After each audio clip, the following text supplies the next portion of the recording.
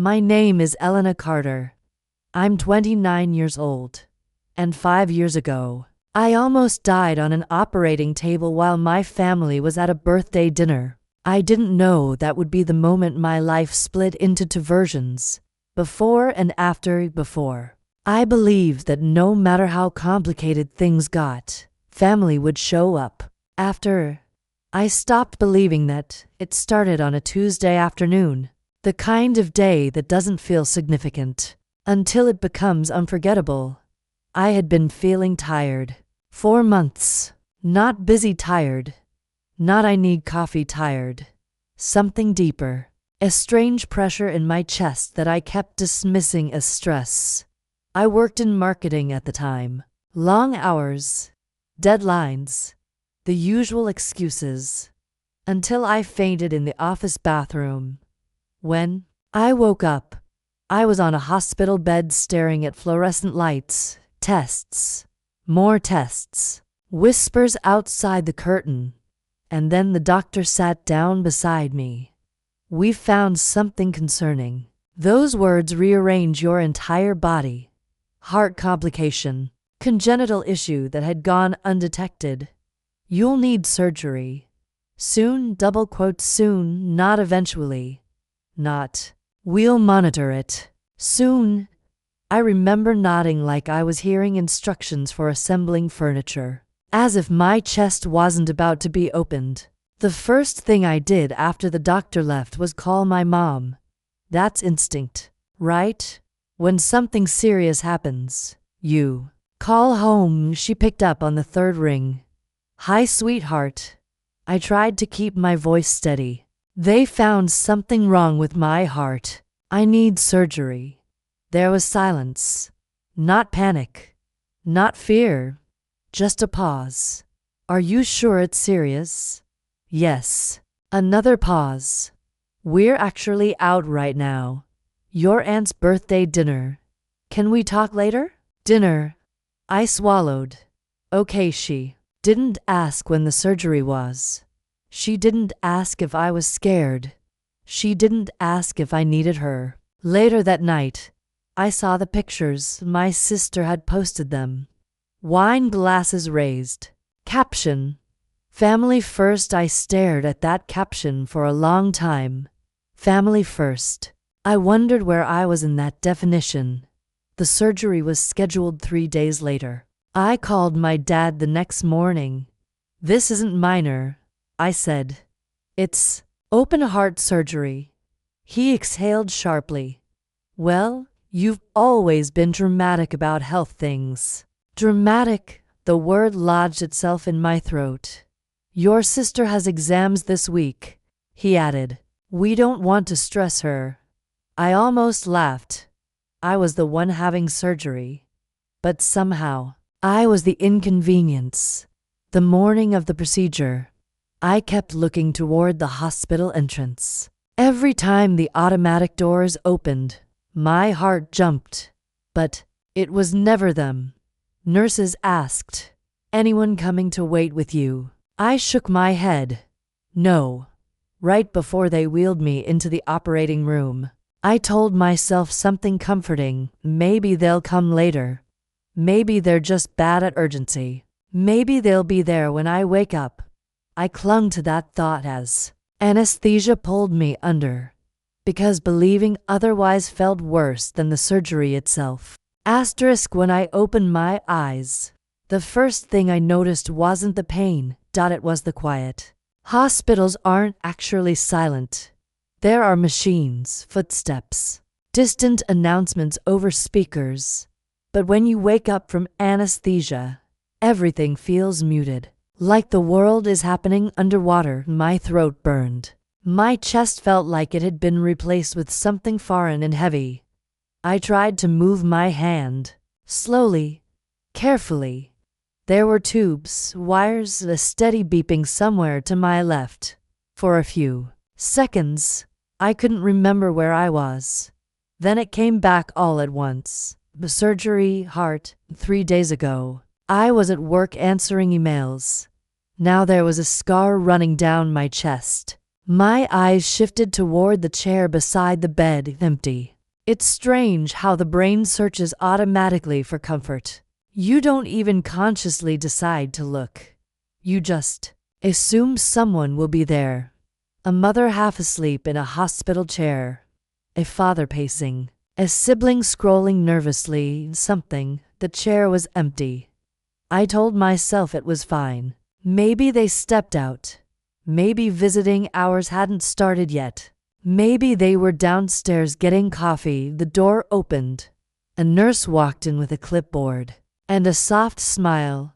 "You're awake," she said gently. I nodded. It hurt. Everything hurt. She adjusted something on the IV line. "Do you need anything?" My voice came out barely audible. "Did anyone ask for me?" She hesitated for half a second. That half second told me everything. "Not yet," she said carefully. "Not yet." Those two words held hope. I clung to them. Hours passed in fragments. Pain medication. Vitals checked. Another nurse adjusting monitors. Every time the door opened, my heart lifted slightly and then dropped, because it was never them. By the afternoon, the hope began to thin. I asked for my phone. The nurse handed it to me. I stared at the screen longer than I should have before unlocking it. No missed calls, no voicemails. One text from my sister. "Hope everything went okay. Asterisk, that was it. No, I'm coming. No, how are you feeling? Just hope." I typed a reply. Still alive. I deleted it. Then typed, "Surgery went well." She replied 20 minutes later. Good, double quotes, good. I stared at that word for a long time. It felt like someone commenting on the weather. I turned my phone face down on the bed, and that's when it hit me fully. They weren't coming. Not later. Not tomorrow, not when it was convenient. They had chosen not to show up. And somehow, that hurt more than the incision. Recovery after heart surgery is strange. You don't feel heroic. You feel fragile. Standing feels impossible. Breathing feels intentional. Even laughing feels dangerous. The next morning, a volunteer brought flowers to the patient across the hall. I could see them through the open door. Bright yellow, cheerful family members gathered around her bed, whispering encouragement. I turned my head away. I didn't want to compare. But comparison happens automatically, especially when you're vulnerable. A nurse asked, "Do you want us to call someone for you?" The question sounded simple, but it carried weight. Call someone? Like I had options. "I'm fine," I said. I wasn't fine. But pride is stubborn and humiliation is quiet. The days blurred together.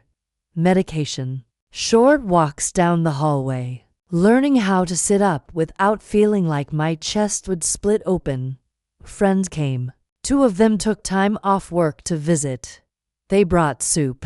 They sat with me in silence when I was too tired to talk. One of them cried quietly when she saw the stitches.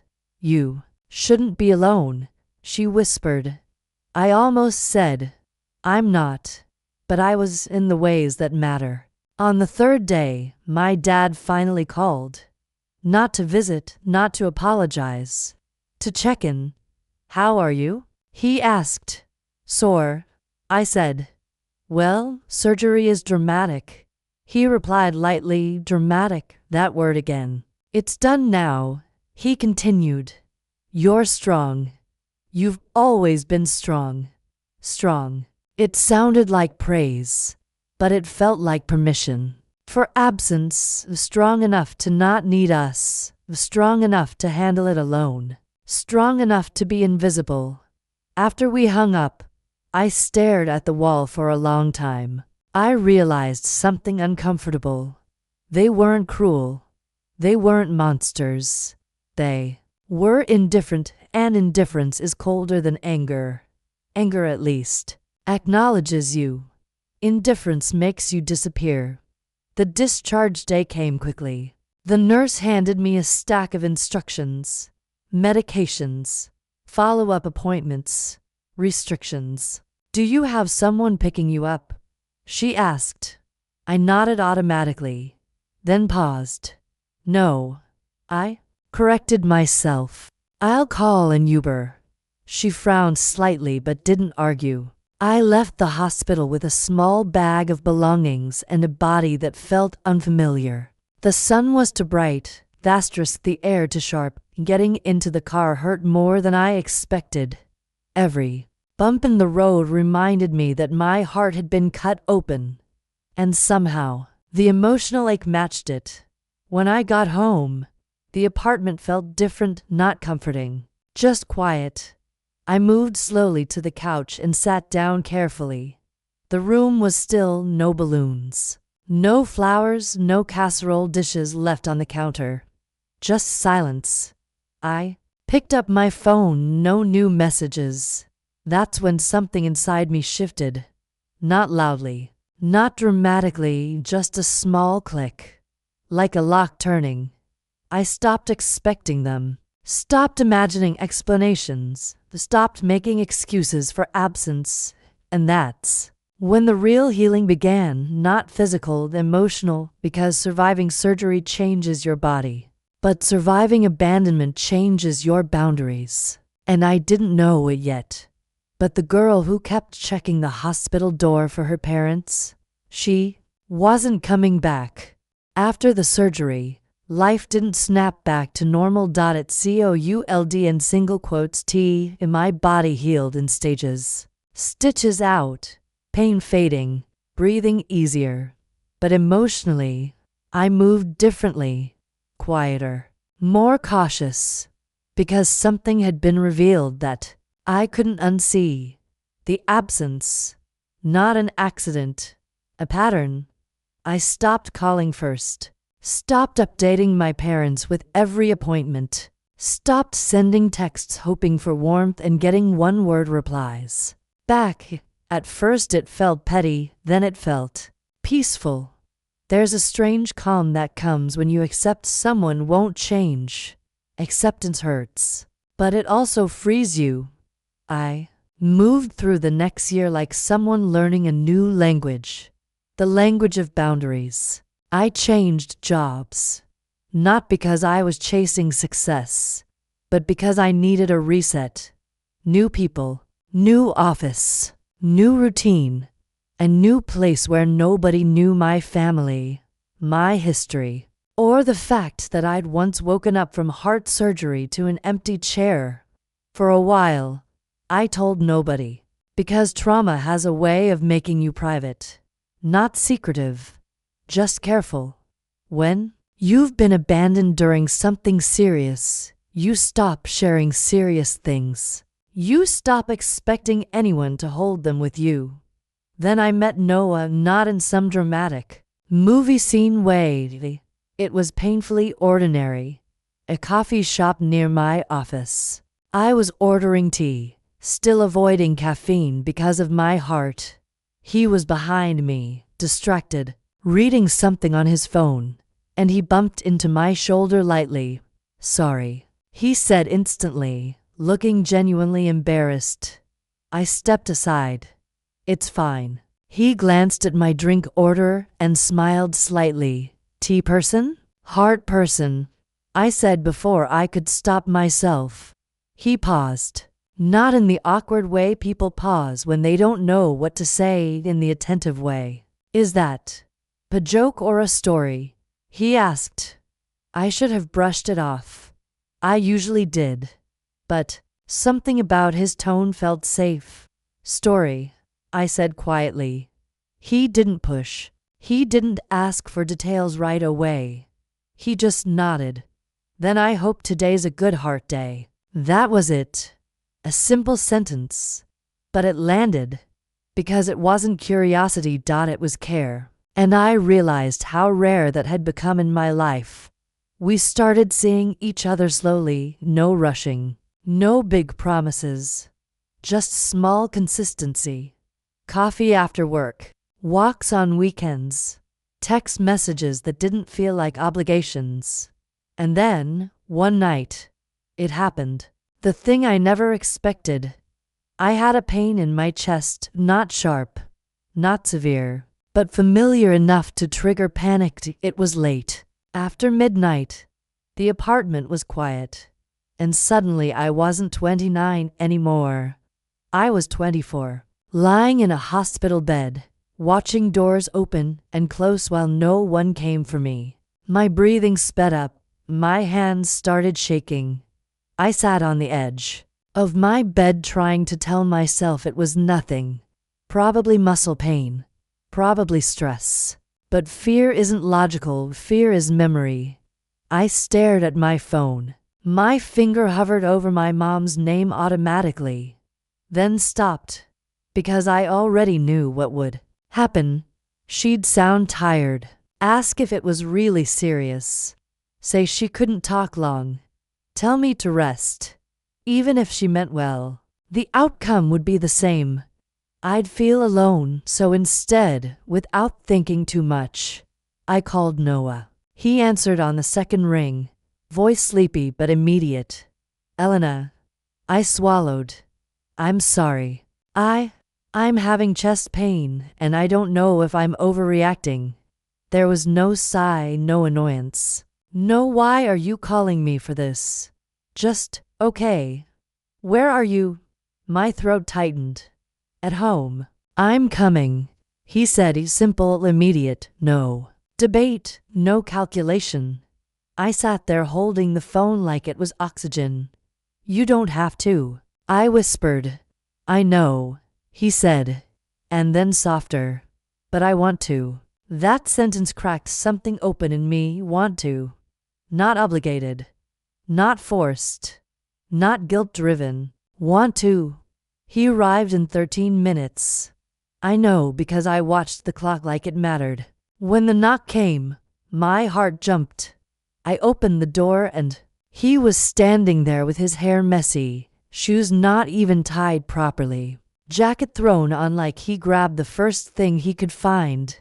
He didn't look annoyed. He looked concerned. He walked in, sat beside me, and immediately asked questions. Okay. Tell me what it feels like. When did it start? Any dizziness? Do you want me to call an ambulance? The calmness in his voice calmed me. Not because he had answers, because he was present. He didn't treat my fear like drama, he treated it like something worth respecting. We decided to go to urgent care in the car. He kept one hand on the steering wheel and the other resting lightly near my knee. Not in a romantic way, in a grounding way. Like, you're here. You're not alone. The doctor later said it wasn't serious.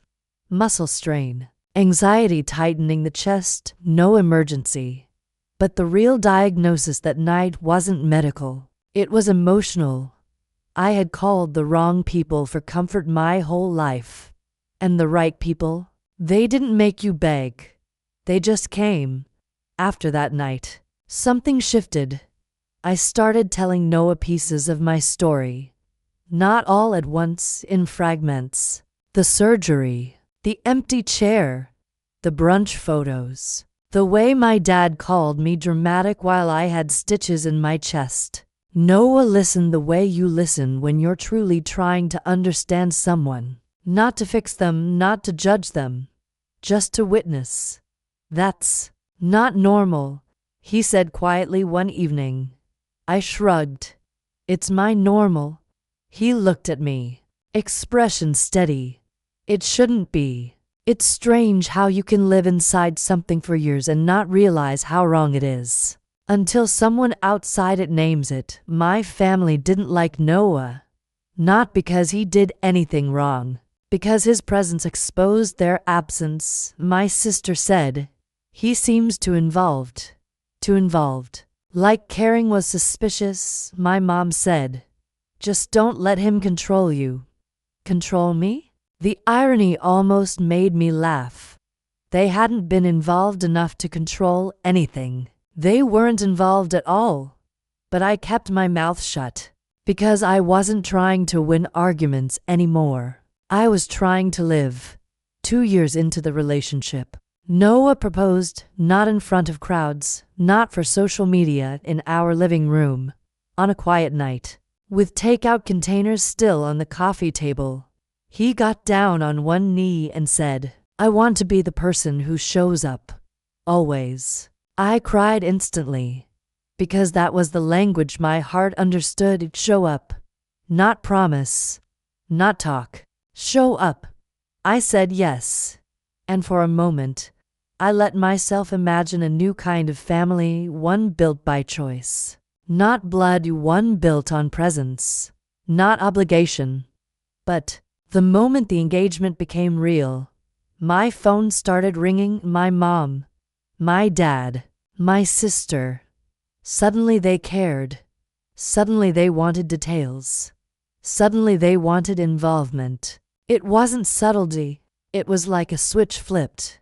And that's when I felt the old scar ache. Not in my chest. In my memory. Because they hadn't shown up when I needed them. They were showing up now. Because it looked good. Because weddings are public. Because family photos are permanent. And I realized something with chilling clarity. They didn't want me. They wanted access. Asterisk. The first time my mom called after Noah proposed, her voice sounded different, bright, animated. Double quotes. "Oh my goodness," she said. "Why didn't you tell us sooner?" I almost laughed. I had it in pieces. Over the years. About the surgery. About the loneliness. About building something new. But those conversations never seemed urgent to her. This one did. Suddenly, I was our daughter. Suddenly, I was important. My dad texted me that same night. "Proud of you." 2 words.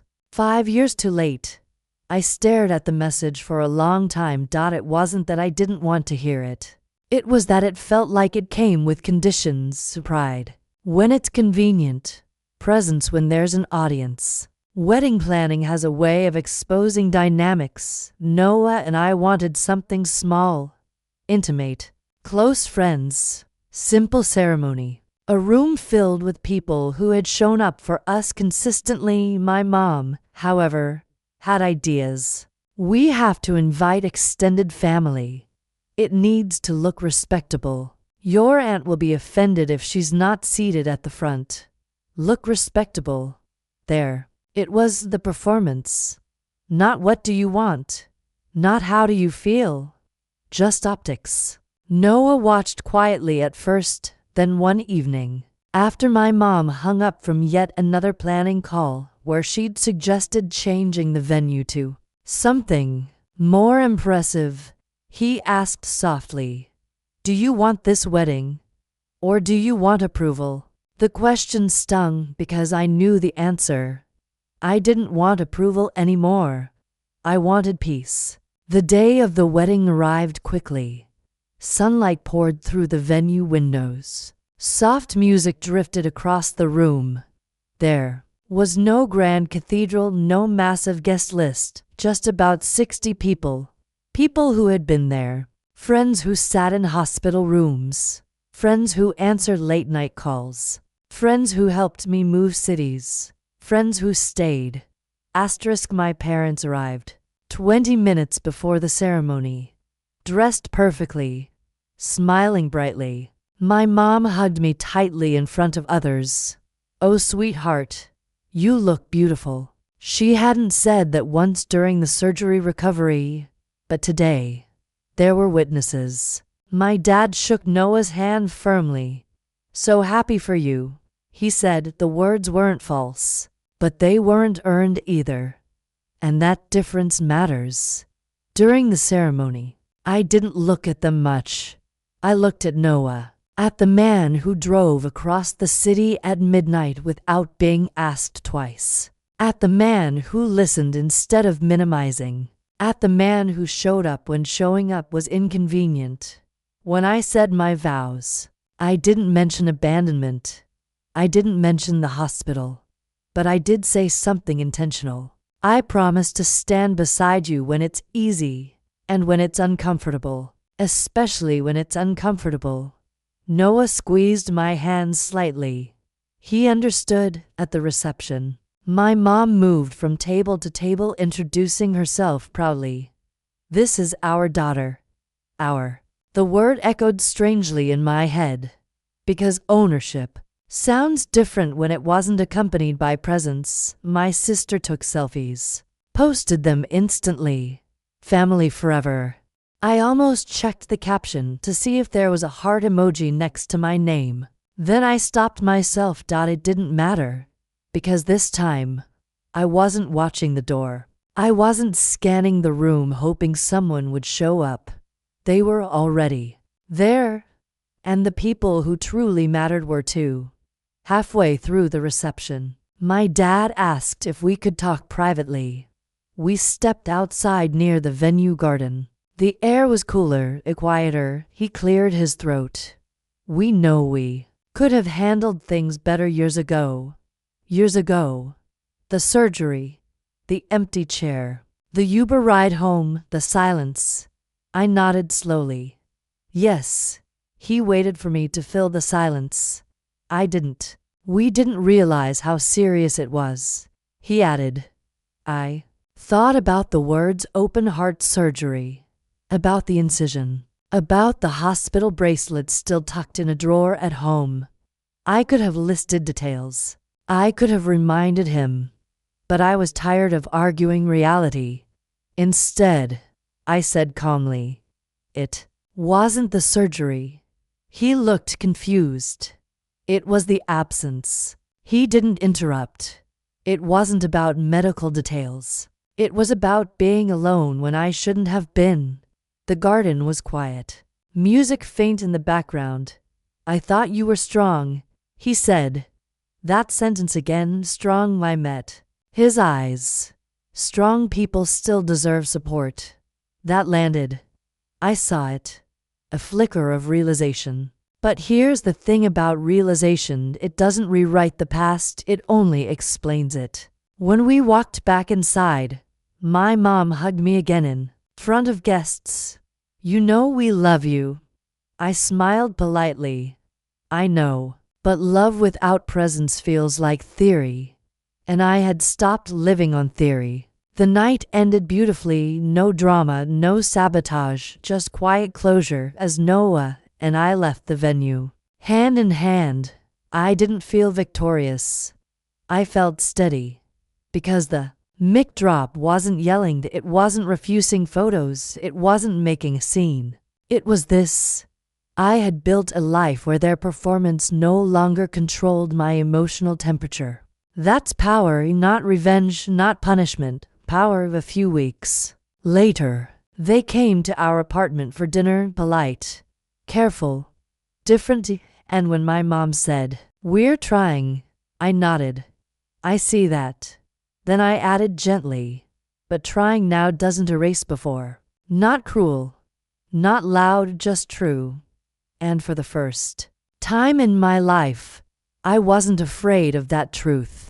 Because the girl who once watched hospital doors open and close, she grew up, she stopped waiting, she stopped shrinking, she stopped measuring her worth by who showed up, and she learned something powerful. Family isn't who performs love, it's who practices it. And this time, I had chosen mine.